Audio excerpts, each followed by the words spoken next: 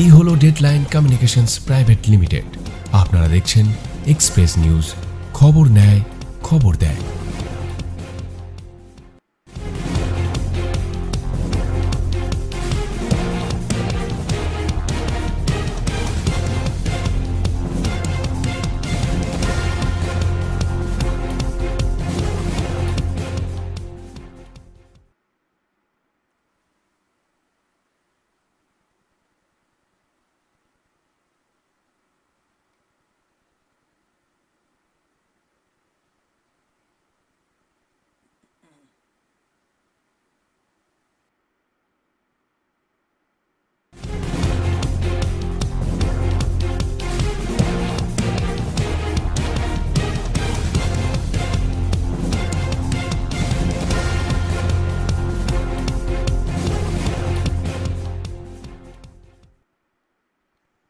নমস্কার, আমি রাজশেখর। আপনাদের সকলকেই স্বাগত জানাচ্ছি আজ এক্সপ্রেস অনলাইনে।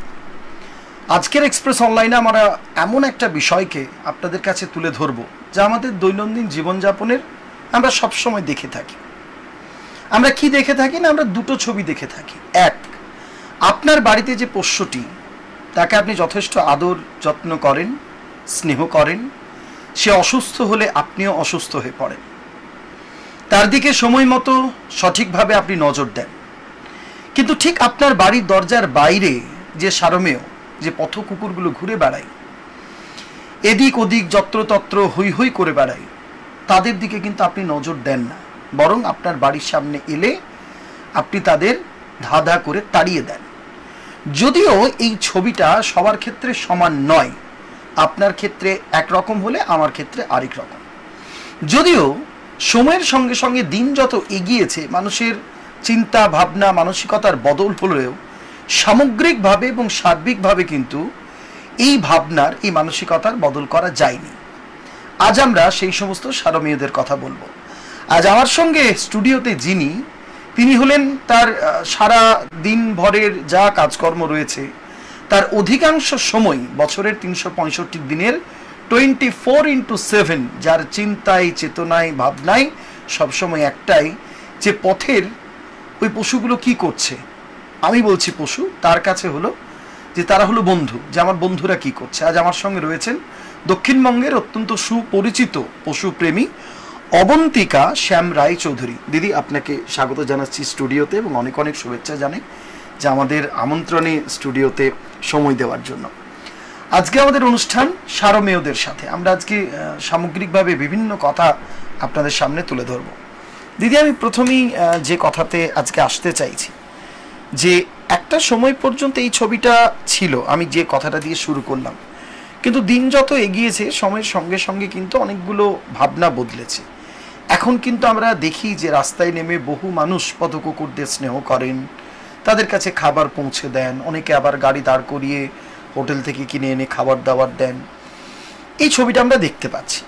কিন্তু দিদি, আমি একটা কথা, আমরা তো দেখতে পাচ্ছি সাধারণ মানুষ হিসেবে, কিন্তু আপনি এবং আপনার সঙ্গে আপনার মতো আরও যারা কাজ করেন তাদের মধ্যে আপনিও একজন অবশ্যই অন্যতম। আপনার কি মনে হয় যে বাড়ির পশুটির প্রতি যেরকম একটা সহানুভূতি থাকে, একটা আন্তরিকতা থাকে, পথকুকুরদের মধ্যেও তাদের দিকেও যে আন্তরিকতাটা দেওয়া আমাদের প্রয়োজন, যে কথা আপনি এবং আপনাদের মতো মানুষজন বলেন, আদৌ কি মানসিকতার বদল হয়েছে? মানুষের ভাবনার কি আদৌ বদল হয়েছে? এবং যদি বদল হয়েছে বা না হয়েছে, এই বদল হওয়াটা কতখানি জরুরি? প্রথমেই বলি যে হ্যাঁ, আগের থেকে হয়তো মানুষ কিছুটা হলেও সচেতন হয়েছে। কারণ মানুষ আগে অনেক বেশি ইয়ে ছিল যে কি না, দূর দূর ছাইটা বেশি করতো। কিন্তু এখন সেটা সোশ্যাল মিডিয়ার জন্যই হোক বা যার জন্যই হোক না কেন, দেখা যায় যে মানুষ একটু হলেও ভাত তাদেরকে দেয়, বা একটু গেটটা খুলে দিল, বাড়িতে ঢুকলো। এখন মোটামুটি প্রতিটা লাইনে একজন একজন দেখা যায় যে পশু ভালোবাসে। এইটুকুনি এসছে, এটা বলা যেতে পারে যে আমাদের সোশ্যাল মিডিয়ায় এত প্রচার, এত কিছু করার জন্য হয়তো মানুষের হয়তো সেটা একটা ভীতি ছিল, করব কি করব না, সেটা হয়তো আমাদের মতন কিছু যারা পশুপ্রেমী, যারা পশু নিয়ে কাজ করেন, তাদের সোশ্যাল মিডিয়ায় সাপোর্ট দেখেই হয়তো তারা উৎসাহিত হয়েছে এবং অনেকেই চেঞ্জ হয়েছে বলবো, চেঞ্জ হয়নি বলবো না। কিন্তু সেক্ষেত্রে দাঁড়িয়ে দেখা যায় একটা পোর্শন যেরকম কিছুটা হলো চেঞ্জ হয়েছে, আবার দেখা যায় কিছু মানুষের মধ্যে মানে প্রচন্ড পরিমাণে মানে ক্রুয়েল ব্যাপারটা এখনো অবধি যায়নি এবং সেটার ভাগটা দেখা যাচ্ছে এখনো অবধি বেশিই রয়ে যাচ্ছে। পশুগত আইন কিছুটা হলেও চেঞ্জ হয়েছে, কিন্তু তারপরেও মানুষের মধ্যে ব্যাপারটা নেই যে একটা পশুকে নির্দ্বিধায় মেরে দেব, নির্দ্বিধায় ইয়ে করব। এই জিনিসগুলো মানুষের মধ্যে যে কেন চেতনা আসছে না, কিন্তু আমরা যদি দেখতে যাই তাহলে কিন্তু দেখতে পাবো যে কি একটা পশু কিন্তু কখনো ফট করে অ্যাটাক করে না। একটা মানুষ যেরকম ফট করে একটা পশুকে দেখলে সঙ্গে সঙ্গে একটা গরম জল ছেড়ে দিল, কি কিছু একটা ইট মেরে দিল, কি একটা ডান্ডা দিয়ে মেরে দিল, কিন্তু একটা কুকুর কিন্তু, বা যদি সারমেয়দের কথাই আসা যায় তাহলে কিন্তু দেখা যায় একটা পথসারমেয় কিন্তু কখনো ফট করে গিয়ে কাউকে কামড়ে দেবে না। তার অসুস্থতার কারণে তাকে যদি কেউ আঘাত করে, তাহলে যদি সেটা বাইট করে, সেটা যদি কামড়ায়, সেটা কিন্তু আলাদা, সেটা আলাদা।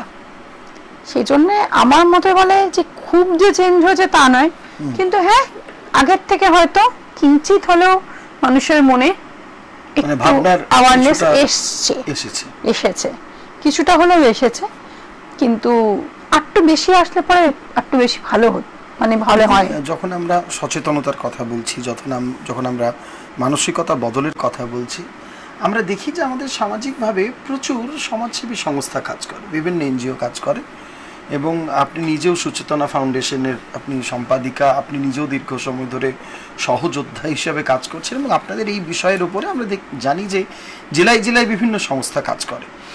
কিন্তু দিদি, যতটা আমরা জানি, যতটা শুনি, ততটা কিন্তু বাস্তবে দেখা যায় না। এই যে এত এত স্বেচ্ছাসেবী সংগঠন, যত দিন যাচ্ছে তত বছর বছর এই স্বেচ্ছাসেবী সংস্থাগুলো কিন্তু মানে সংখ্যাটা বাড়তে থাকছে।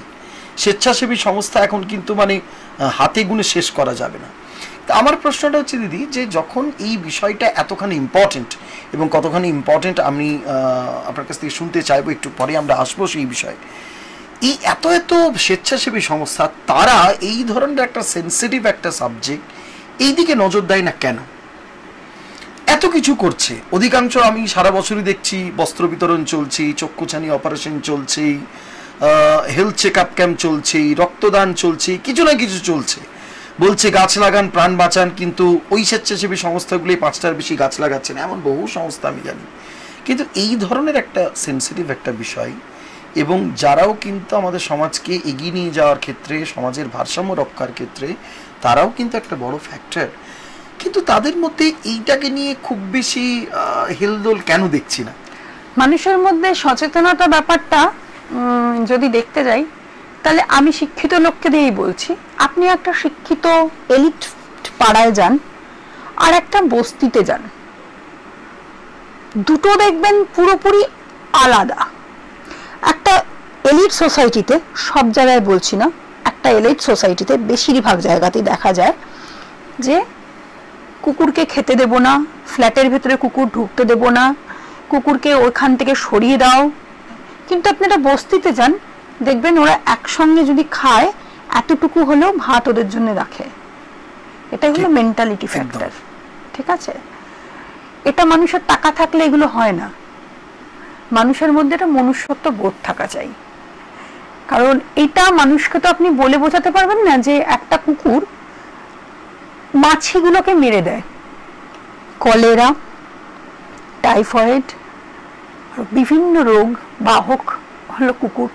যদি না নিয়ে নিত, আজকে আমাদের কিন্তু এই সারমেয় সংখ্যাটা বেড়ে গেছে বলেই কিন্তু আজকে আমরা অনেক রোগ প্রতিরোধ করার ক্ষমতাটাও বেড়েছে, কিন্তু আমরা সেগুলোকে আমরা প্রকাশ্যেই আনি না, তুলিই না।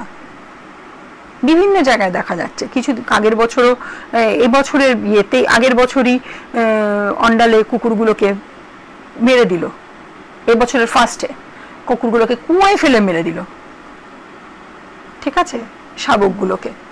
তো আমার বক্তব্য সেটা নয়, আমার বক্তব্য এদের ল স্ট্রং নয়, ঠিক আছে? এদের যেহেতু ল স্ট্রং নয় সেহেতু এদেরকে যে কোনোভাবে এফেক্ট করে দিচ্ছে। আর আপনি যেটা বলছিলেন সেটার হলো একটাই উত্তর, যে কি সবার মেন্টালিটি সমান নয়, হাতের 5টা আঙ্গুলও সমান নয়। সেখানে দাঁড়িয়ে কে কিভাবে কাজ করবে তার মেন্টালিটি সবাই জানে। মানুষকে নিয়ে কাজ করলে মানুষের কাজটা মানুষ দেখতে পায়, বাট একটা পশু তো আপনার হয়ে হাত তুলবে না। আপনি গেলে পরে সে হয়তো লেজ নাড়বে, কিন্তু হাত তুলে সাপোর্ট করা এই জিনিসটা তো ওদের কাছ থেকে পাবেন না।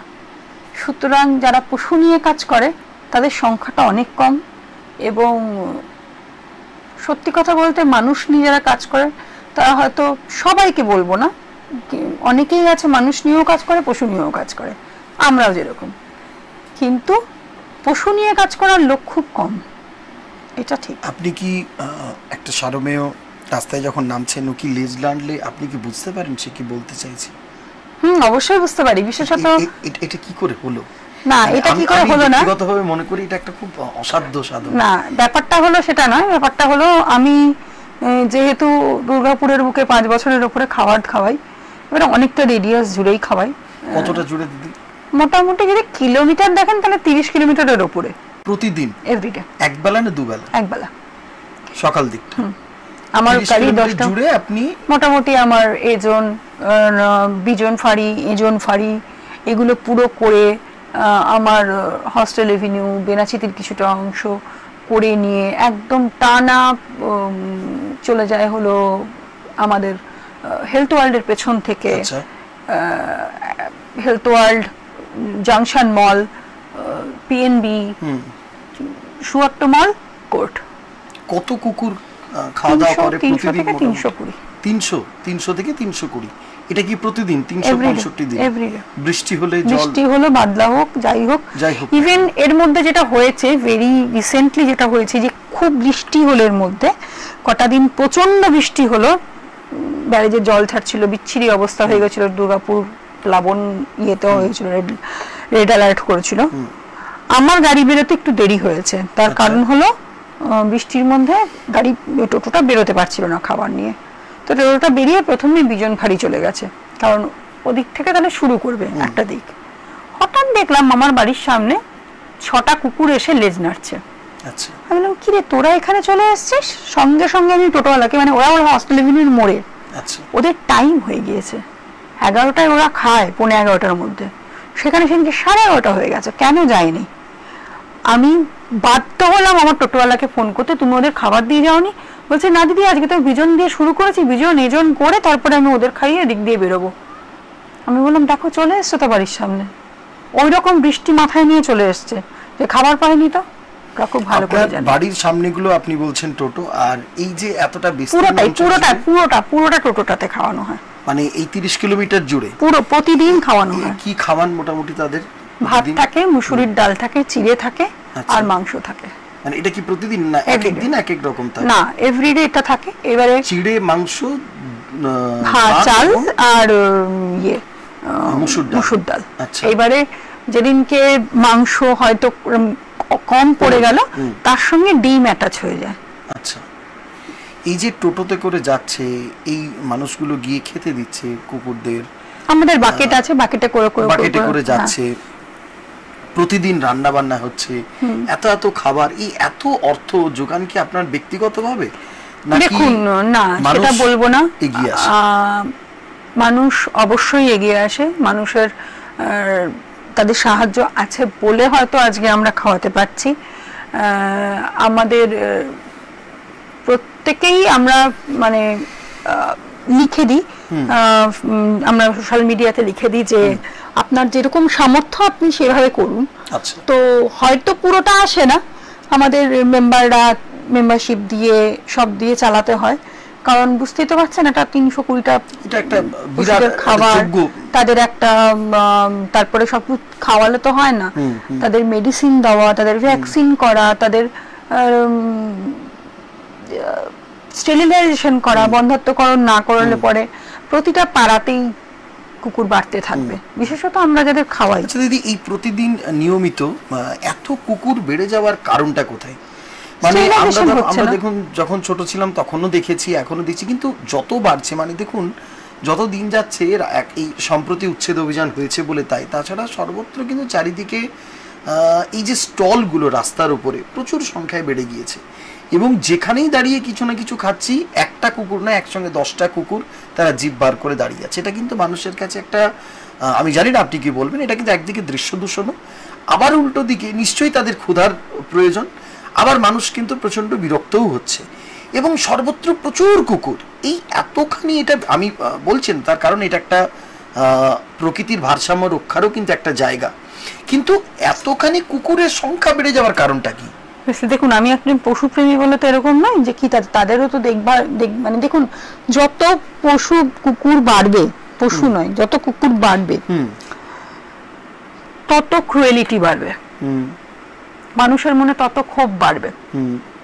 এটা সবাই তো পশুপ্রেমী হয় না, এবারে যারা পশুপ্রেমী হয় না তাদের জন্য সেটা থেকে যায় হলো তারা পছন্দ করে না। এবারে তারা যখন পছন্দ করে না, তার জন্য অনেকগুলো পথ খোলা থাকে।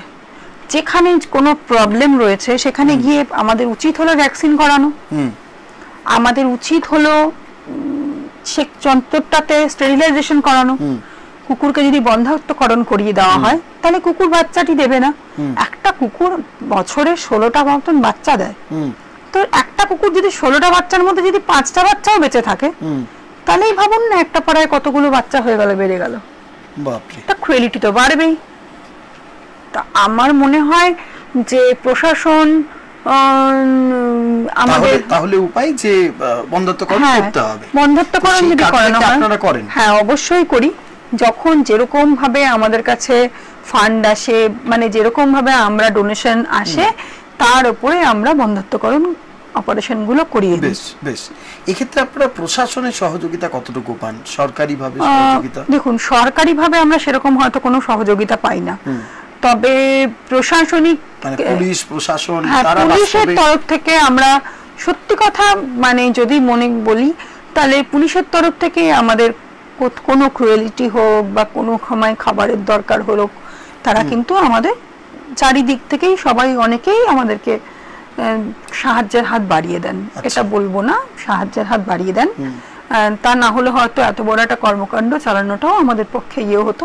তারপরেও আমাদের কিছু পশুপ্রেমীরা আছেন যারা আমাদেরকে কিছু হলেও সাহায্য করেন। সেই সব দিক দিয়ে মেনটেন করে আমরা, আমাদের তরফ থেকে মেনটেন করে আমরা এটা পুরো প্রসেসটা, কারণ একটা পুরো প্রসেস চালাতে স্টেরিলাইজেশন, ভ্যাকসিনেশন, আমি মনে করি যে প্রশাসনিক দপ্তরের এটা ভীষণভাবে দেখা উচিত যে স্টেরিলাইজেশন আর ভ্যাকসিনেশন। কারণ আমাদের কাছে প্রতিনিয়ত ফোন আসে, অমুক পাড়াতে র্যাবিস বাচ্চা ধরা পড়ছে, মানে র্যাবিস তারা হয়তো বুঝতে পারছে না, কিন্তু আমরা বুঝতে পারছি যে জলাতঙ্ক হয়েছে।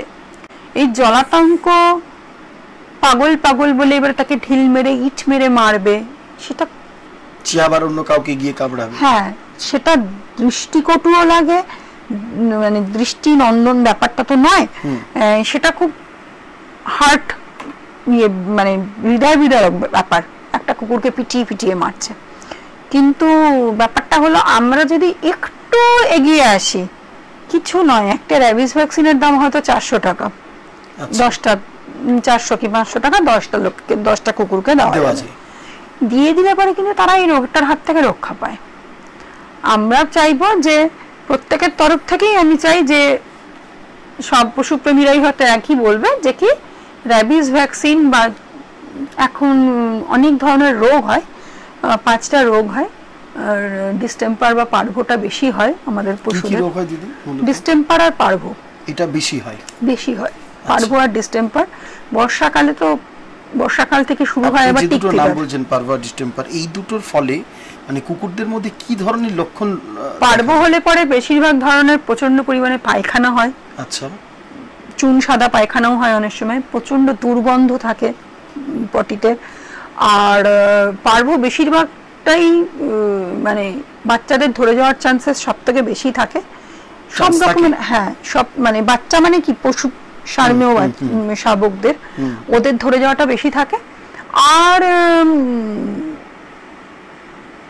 রক্তপটি হয়, রক্ত পায়খানাটা হয় মেয়েতে পার্বতে।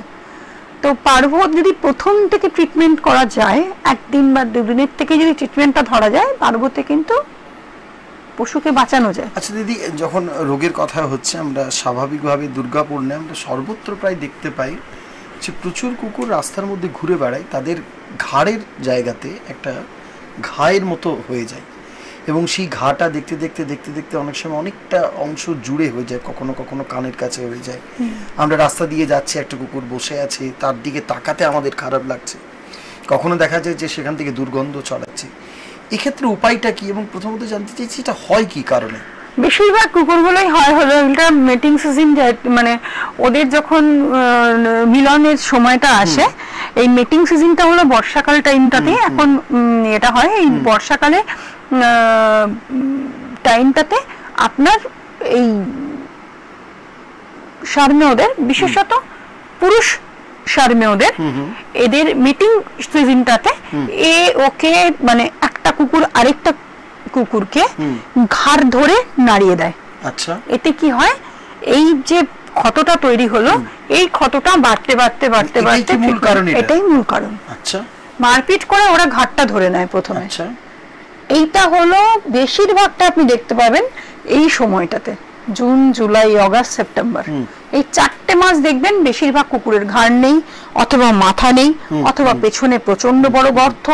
হ্যাঁ, এই করে যদি ট্রিটমেন্ট না পায় তাহলে বাচ্চারা মরে যায়। তখন ট্রিটমেন্ট কি আছে? ট্রিটমেন্ট যদি বলতে চান, তখন ওটা জায়গাটাকে আমাদের ভালোভাবে নর্মাল স্যালাইন দিয়ে ওয়াশ করা হয়, তারপরে বিটাডিন লোশন, তারপরে অ্যান্টিবায়োটিক চালু করে সুস্থ করা যায়। আচ্ছা দিদি, আমি আপনাকে জিজ্ঞাসা করছি আর আপনি বলছেন, আমি বলেই যাচ্ছি যে কথা, এবং আপনি বলছেন যে সুস্থ করা যায়, এটা করা যায়, সেটা করা যায়। আপনারা তো স্বেচ্ছাসেবী সংস্থা, আপনি নিজে এই নিয়ে কাজ করছেন, কিন্তু ধরুন একটা কুকুর, একটা পথ কুকুর, সে তো সমাজে ঘুরে বেড়াচ্ছে, মানুষের মধ্যে থাকছে, এবং সেখান থেকে অনেকগুলো রোগের সৃষ্টি হচ্ছে, কখনো মানুষ বিরক্ত হচ্ছেন। এই নিয়ে সরকারিভাবে কি কোনো হেলদোল কেন আমরা দেখতে পাই না? মানে এই যেটা আপনি বলছেন যে এইটা করলে এই ঘাটা দূর হতে পারে, রোগটা দূর হতে পারে, এইটা তো ধরুন যেখানে পঞ্চায়েত আছে পঞ্চায়েত স্তর, যেখানে মিউনিসিপ্যালিটি আছে মিউনিসিপ্যালিটি স্তর, যেখানে ব্লক আছে সেখানে ব্লক স্তর, অর্থাৎ পঞ্চায়েত, মিউনিসিপ্যালিটি, ব্লক, মহকুমা স্তরে যে প্রশাসন, তার কারণ তাদেরও তো একটা পার্ট আছে। পঞ্চায়েতেরও তো, জেলা পরিষদেরও তো স্বাস্থ্য দপ্তর আছে, পঞ্চায়েতের পৌরসভার একটা স্বাস্থ্য এবং জনস্বাস্থ্য দুটো দপ্তর আছে, তাদেরও তো এটা দেখার কথা না। পৌরসভা কিছুদিন আগে না, আগের বছর 2 বছর আগে একবার লাস্ট করিয়েছিল স্টেরিলাইজেশন প্রোগ্রাম, সেটা দীর্ঘ সময় পর পর দেখা যায়। হ্যাঁ, কিন্তু ধারাবাহিকভাবে কিছু করানো হয়নি। আমি ধারাবাহিকই বলতে চাইছি, না, ধারাবাহিকভাবে কিছু হয়নি। আর আমাদের বিশেষত যে পশু হাসপাতালটা আছে, সেটার পরিকাঠামো খুব একটা ভালো নেই।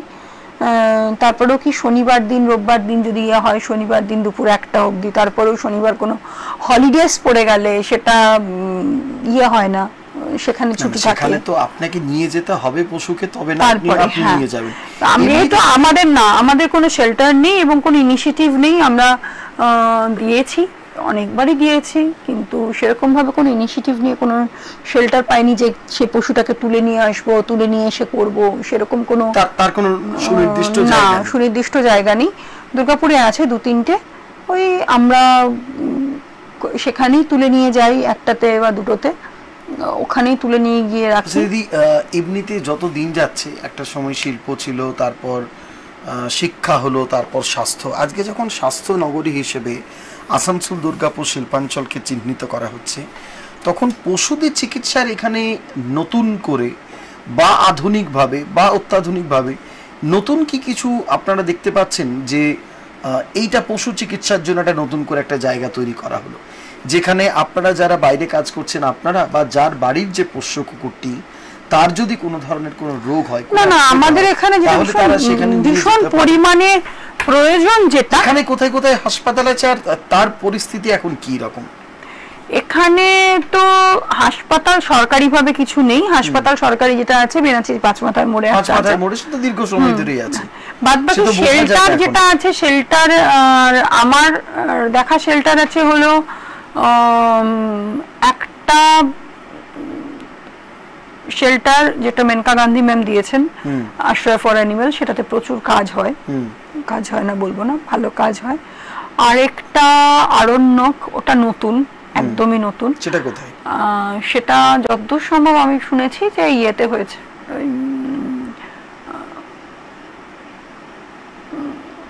এনএমসিতে হয়েছে। আচ্ছা। আর আরেকটা ছোট একটা শেল্টার আছে, সেটা হলো আমাদের বেঙ্গল অম্বুজার ভেতরে, সেখানেও ভালো কাজ হয়। এইবারে সেটাও নতুন, সেটাও নতুন। পুরনো বলতে একটাই আছে আমাদের জেসি বোসের ওখানে। এই হলো শেল্টার, কিন্তু একটা দুটো শেল্টার দিয়ে তারাই বা কত নেবে? একটা দুটো শেল্টার নিলে যথেষ্ট নয়, যথেষ্ট নয় না। একটা মানে ওয়ান রুফের আন্ডারে কোনো কিছুই করা সম্ভব না। যেখানে 40,000 কুকুর, সেখানে একটা দুটো শেল্টারে কি হবে? আর যদি পার ডেও যদি মানে 20-25টা করে কুকুর এফেক্টেড হয়, 20-25টা কুকুর তো একটা শেল্টারে নেওয়া, দুটো শেল্টারে নেওয়া তো সম্ভব নয়।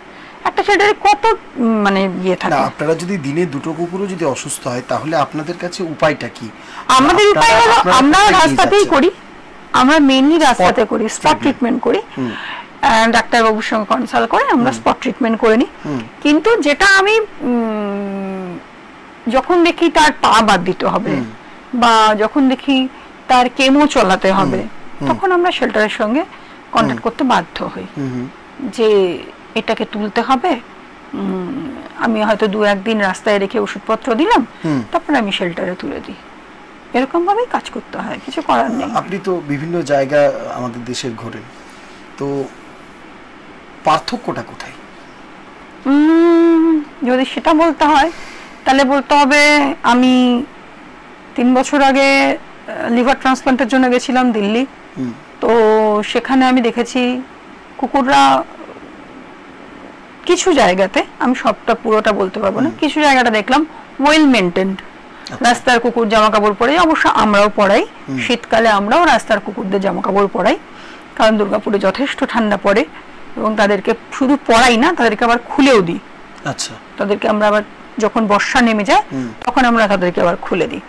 কিন্তু ব্যাপারটা হলো ওখানে দেখলাম আমরা মোটামুটি মেনটেন্ড, এবং খাবার দিতে আসার এরকম একদম মানে ওয়েল মেনটেন্ড আছে কুকুরগুলো, আমি দেখলাম। আবার ইয়েতে গিয়ে দেখলাম, হায়দ্রাবাদেও তাই দেখলাম, মানে কাজ করে ওখানে। মানে সরকার কাজ করে না স্বেচ্ছাসেবী সংগঠনগুলো কাজ করে? দিল্লিতে তো মোটামুটি সরকার কাজ করে মনে হলো, আর ইয়েতে স্বেচ্ছাসেবী সংস্থাও কাজ করে। দিল্লি হায়দ্রাবাদ দুটোতেই স্বেচ্ছাসেবী সংস্থাও কাজ করে, ওদের ওখানেও কাজ করে। আমাদের এখানেও যে কাজ হয় না তা নয়, কিন্তু আমাদের ফেসিলিটিসটা অনেক কম, এবং গতিটাও ভীষণ ধীর গতি, মানে পশুর ব্যাপারটাকে কেউ মানতে চায় না। আচ্ছা দিদি, আপনি নিজে কতদিন ধরে এই নিয়ে কাজ করছেন? এবং 5-6 বছর হলো। বিষয় তো অনেক কিছু ছিল, আপনি তো আরো অনেক কিছু নিয়ে কাজ করতে পারতেন। সাধারণত আমরা যা দেখি, বিভিন্ন মানুষজন কেউ সংগঠনের সঙ্গে যুক্ত, কেউ আবার ব্যক্তিগতভাবে কাজ করেন। আরো তো অনেকগুলো বিষয় ছিল, অনেকগুলো ক্ষেত্র ছিল যেগুলো নিয়ে আপনি কাজ করতে পারতেন। কিন্তু পথ কুকুরদের সেবা, পথ কুকুরদের নিয়ে কাজ করা, তাদের চিকিৎসা, তাদেরকে ভালো রাখা, এই ভাবনাটা আপনার মধ্যে এলো কি করে? সেটা 6টা বছর আলটিমেটলি আমি ছোট থেকেই একটু ডিফারেন্ট টাইপের। আমি রাস্তার পাগলদের ভালোবাসি আর পথের পশুদের ভালোবাসি। এটার সঙ্গে সবার ঠিক ম্যাচ করে না। তো ছোট থেকেই বাড়িতে আমি স্ট্রে ডগি, রাস্তার যে কুকুর যাকে বলা হয় একদম তাদেরকে আমি আমাদের বাড়িতে আমরা থাকতো। তো সেই দেখে দেখে আমি বড় হয়েছি, এবং আমি আগে হলদিয়ায় থাকতাম, হলদিয়াতেও কাজ করতাম। তখন হয়তো এনজিও ফর্ম বা কিছু ছিল না, কিন্তু আমরা হলদিয়াতে থাকতাম, ব্যক্তিগতভাবে আমরা কাজ করতাম। তারপরে আমি আজকে 16-17 বছর দুর্গাপুরে এসেছি।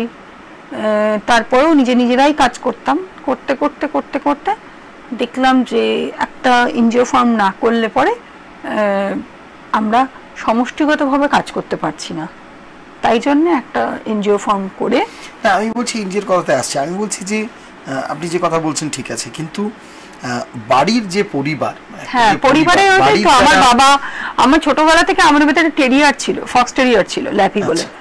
তো বাবা ল্যাপি চলে যাওয়ার পরে বাবার খুব মনে কষ্ট হলো। তারপরে মা বললো না ল্যাপিকে দরকার নেই, তাহলে এবারে রাস্তা থেকেই একটা তুলে নিয়ে এসো। ও ফক্স টেরিয়ারকে খুব মানে মায়া চলে গেছিল। তারপরে আমাদেরও পারিবারিক একটু অসুবিধা হয়ে গেছিল, তো তারপরে আর আমাদের মানে বিদেশি কুকুর পোষার মতন নিয়েও ছিল না। তারপরে আমরা ওই না, তারপরে ওই রাস্তা থেকে কুড়িয়ে নিয়ে এসেছিলাম জ্যাকিকে, কালো মতন একটা কুকুর ছিল, একদম হাট্টা গাট্টা বাচ্চা, সেই থেকেই আমাদের বাড়িতে কুকুর। না এই যে আপনি রাস্তায় নেমে কাজ করছেন, পাগলদের সেবা করছেন, পথ কুকুরদের নিয়ে সেবা করছেন, তাদের স্নেহ করছেন, তাদের উপর এত এত খরচ করছেন, হঠাৎ মন যাচ্ছে তাদের কাছে ছুটে যাচ্ছেন, এটা নিয়ে পরিবারের তরফে কখনো কোনো রকম বিরূপ প্রতিক্রিয়া আসেনি না যে কেন ওদের নিয়ে কেন কাজ করছো, তুমি তো আরো সমাজের তো আরো 10টা কাজ আছে? প্রতিবেশীদের তরফে না, প্রতিবেশীদের তরফে কোনো আসেও নি, আর এলেও আমি সেটাকে পাত্তা দিতাম না হয়তো, মানে সচরাচর আমাদের যেটা হয়ে থাকে না। মোটামুটি ও কোনো এগেইনস্টে কেউ কোনো কথা বলেনি আজ অব্দি আমার সঙ্গে কেউ কোনো কথা বলেনি। তার একটা কারণও আছে, হয়তো আমিও তাদের সঙ্গে পোলাইটলি, সব জিনিসটাই একটা পোলাইটলি কথা বললে পরে অনেক কিছুতে সমাধান হয়ে যায়। তার মানে আপনি তাদেরকে বোঝাতে সমর্থ হয়েছে? হ্যাঁ অবভিয়াসলি, কারণ কোনো ক্রুয়েলিটি কেসে গিয়ে যদি আপনি নিজে অ্যাগ্রেসিভ হয়ে গিয়ে তাদের সঙ্গে চিল্লান, আমি জানি সেখানে হয়তো একটা পশুর জন্য হয়তো একটা পশু হয়তো একটা সিট কভার ছিঁড়ে দিয়েছে, কিছুদিন আগেরই ঘটনা, মারধর অনেক কিছু হয়ে গেল, ছুটলো। এবারে সেখানে গিয়ে যদি আপনি চিল্লিয়ে ফেলেন না কেন করেছেন, কেন মেরেছেন, সেটা কিন্তু যুক্তির কথা নয়। আমি জানি ও ভুল করেছে, কিন্তু আমাকে ওর হয়েই কথা বলতে হবে। আমি গিয়ে বললাম হ্যাঁ দাদা ও ভুল করেছে, ও ভুল করেছে, কিন্তু ও তো অবলা, ও তো না বুঝে করে ফেলেছে। আমি বুঝতে পারছি আপনার সিট কভার ছিঁড়ে দিয়েছে, ভুল হয়েছে ব্যাপারটা, কিন্তু মানে সব জায়গায় কি চিল্লিয়ে সবকিছু হয় না, একটু বোঝালে পরে কিন্তু মানুষও বোঝে।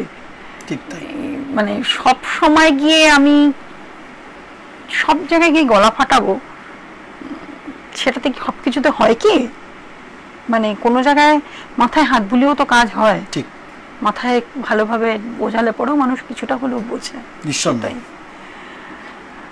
আর যেটা খুব জরুরি একটা বিষয় হলো, সেটা হলো আমাদের খুব দুঃখের জনক যেটা ঘটনা একটা ঘটে গেল, একটা হাতিকে মা হাতিকে ঝাড়গ্রামে লোহার রড ঢুকিয়ে হুলা পার্টির লোক নয় তারা মেরে দিল। তার প্রতিবাদ আমরা করছি। গত আগামী 23শে অগাস্ট শুক্রবার 5টা নাগাদ স্টার্ট হচ্ছে, আর 4:30টার মধ্যে স্টার্ট হয়ে যাবে।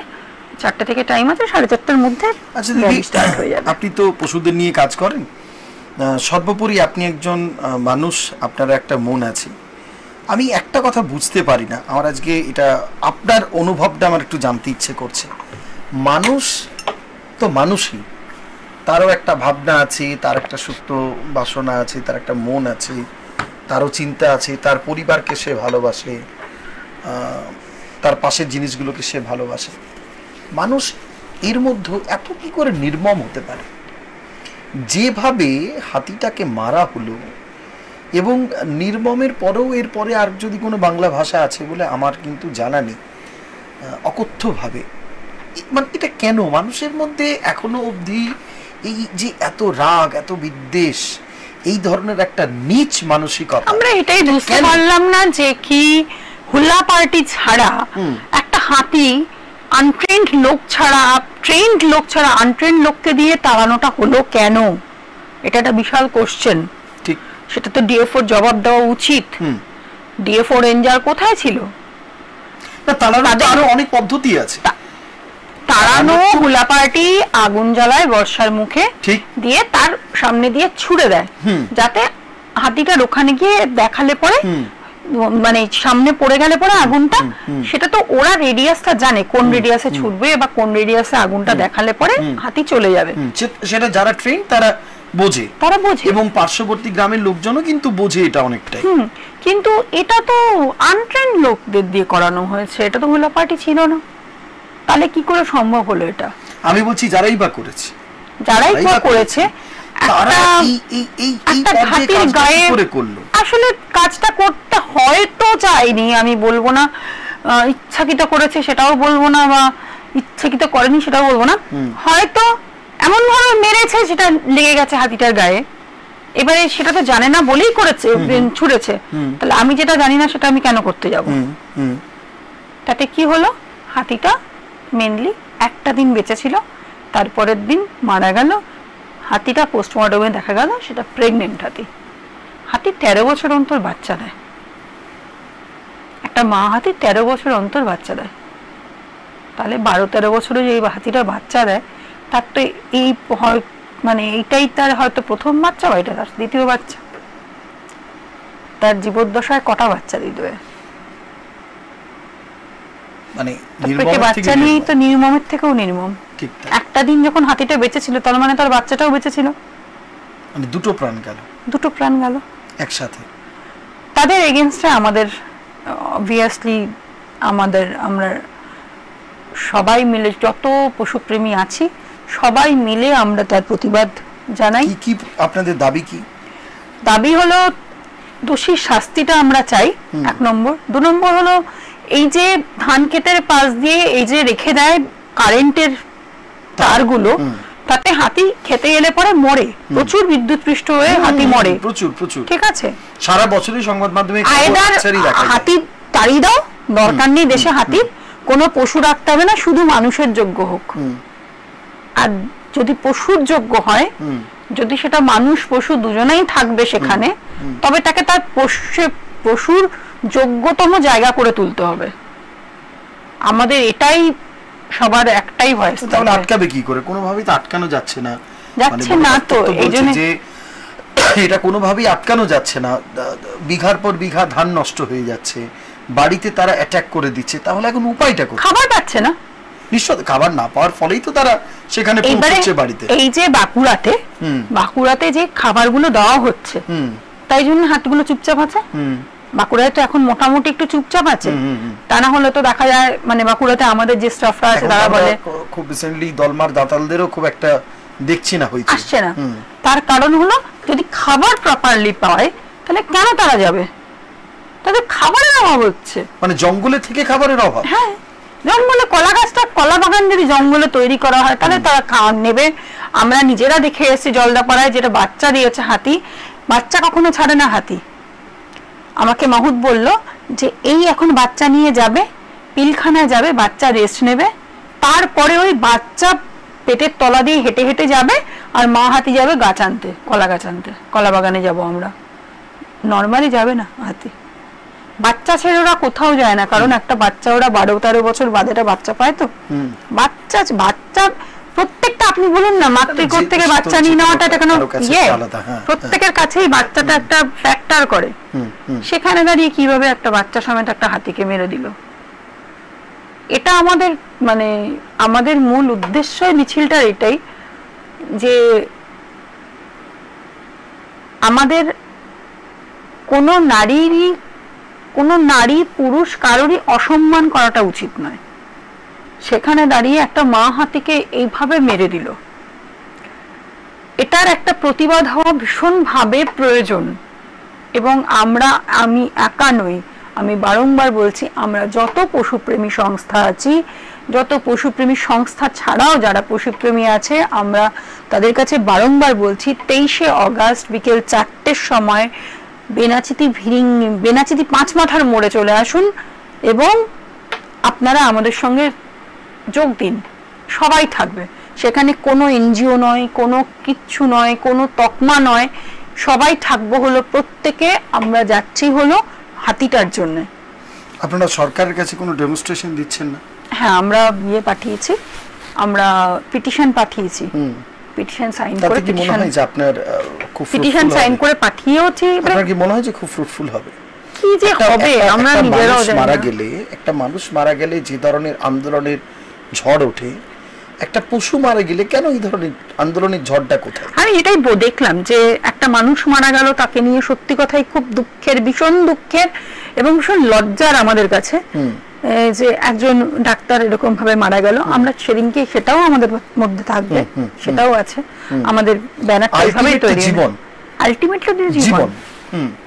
সেখানে কিন্তু জীবনের জায়গায় আপনি দেখুন, ফ্যাক্টর হলো দুটো নারী, ঠিক, এও একজন নারী, ও একজন নারী। এই একজন যদি মেয়ে হয়ে থাকে, সেও মায়ের জাত, আর ও সন্তান সম্ভবা ছিল, একদম দুজনকেই তো মারলো। দিদি, আজকে যখন আমাদের পশুদের ক্ষেত্রে মৃত্যুর কথায় উঠছে, আমি যখন আপনার অনুষ্ঠানে আসছিলাম তার আগে বেনারসিতে ছিলাম এবং কথা হচ্ছিল যে আজকে এই নিয়ে আলোচনা করব।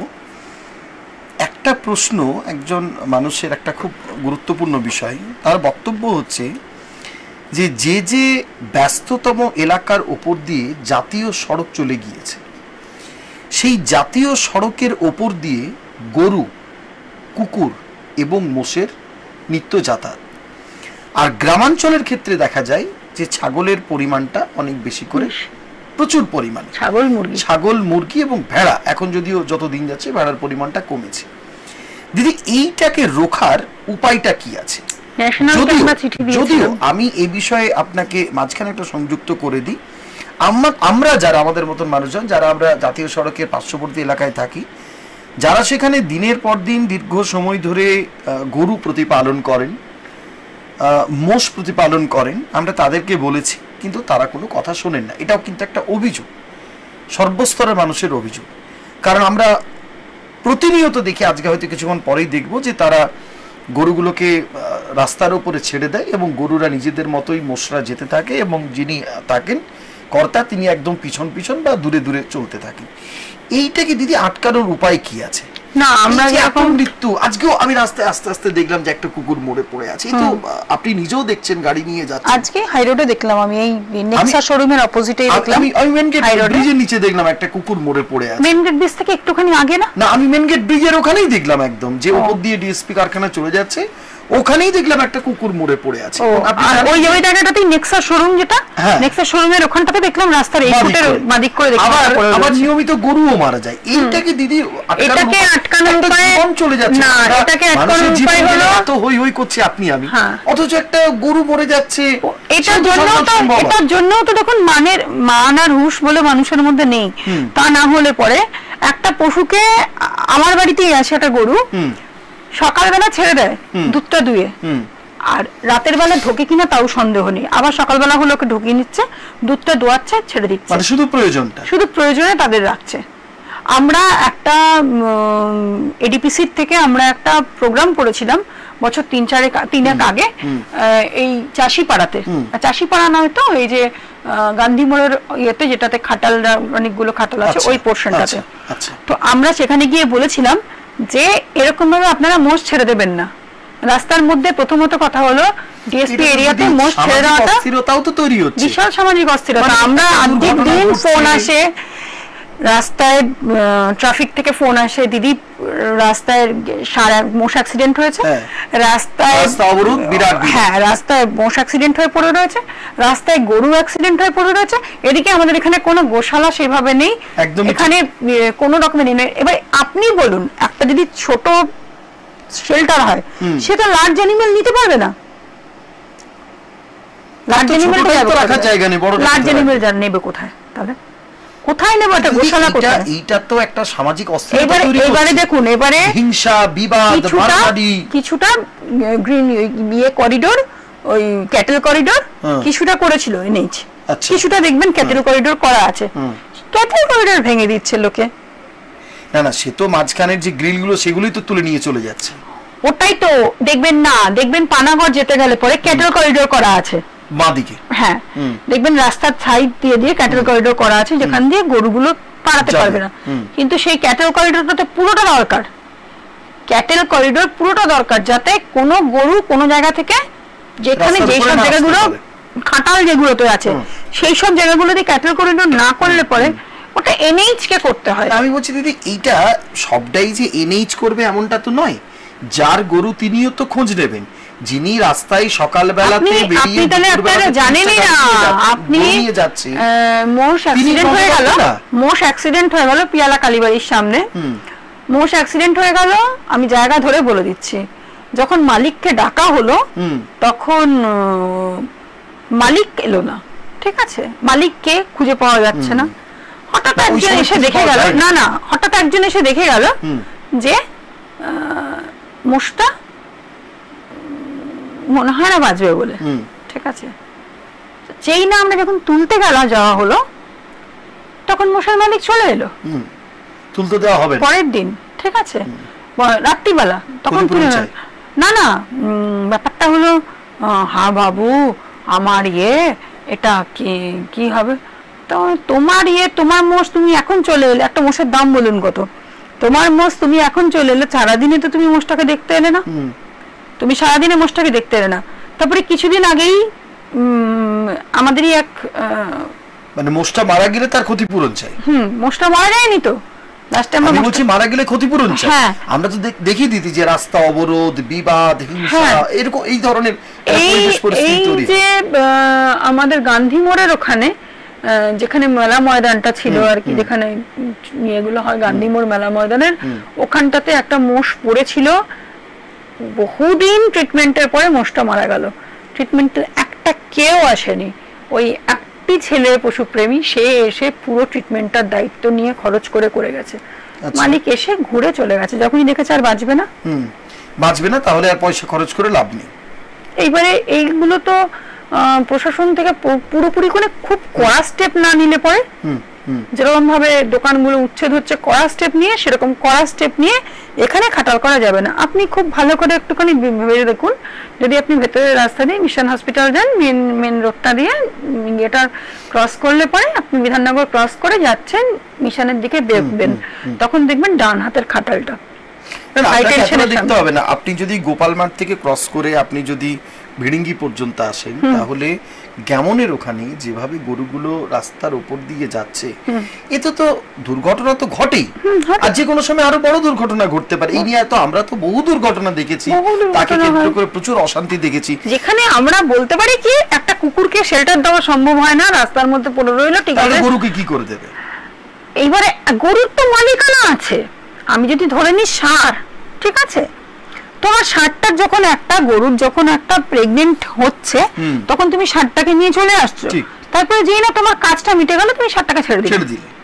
কুকুরের ক্ষেত্রেও তাই, আজকে কুকুরগুলো জাতীয় সড়কের উপর দিয়ে যে যাচ্ছে দিদি, এবং তার ফলে মানে এটাই আমি বলছি কিছু না কিছু ঘটনা ঘটছে, সামনে চাকার তলায় চলে আসছে, চলে আসছে, তাতে কত মানুষের প্রাণ চলে যাচ্ছে, পরিবার ধ্বংস হয়ে যাচ্ছে, কত মানুষ যাচ্ছে সঙ্গে যাচ্ছে, কিন্তু এটা তো কারোর কিছু করার নেই। একটা গরুকে আপনি তার মালিক পাবেন, রাস্তার কুকুরের তার কোনো মালিক থাকে না, তাহলে তার জন্য যথেষ্ট উদাসীন, প্রশাসন উদাসীন। তার জন্য আমাদের দরকার হলো মাস্ট স্টেরিলাইজেশন, যত স্টেরিলাইজেশন হবে তত কুকুরের সংখ্যা কমবে।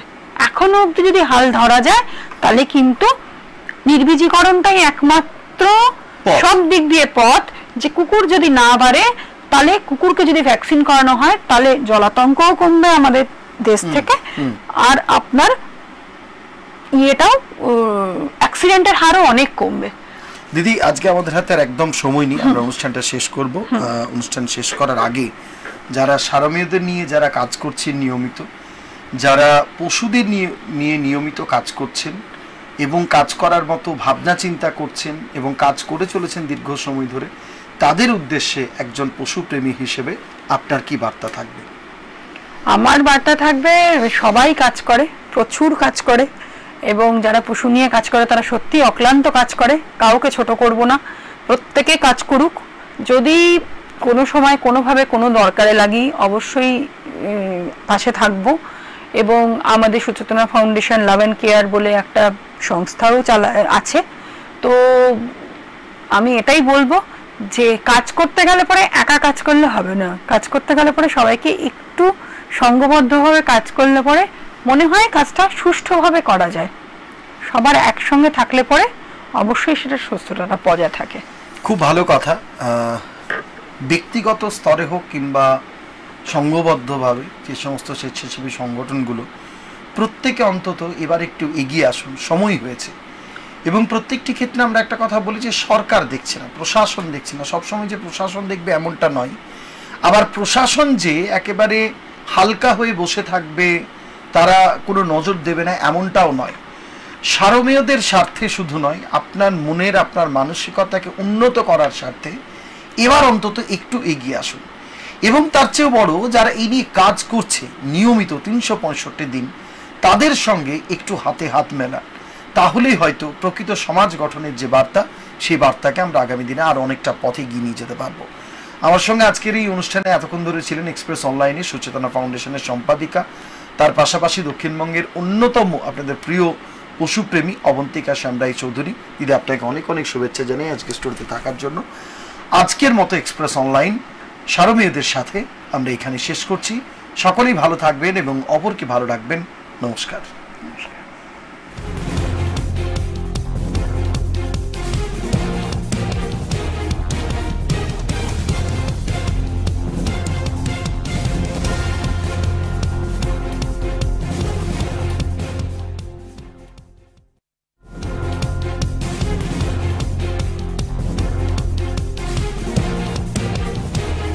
এই হলো ডেডলাইন কমিউনিকেশনস প্রাইভেট লিমিটেড। আপনারা দেখছেন এক্সপ্রেস নিউজ, খবর নেয়, খবর দেয়।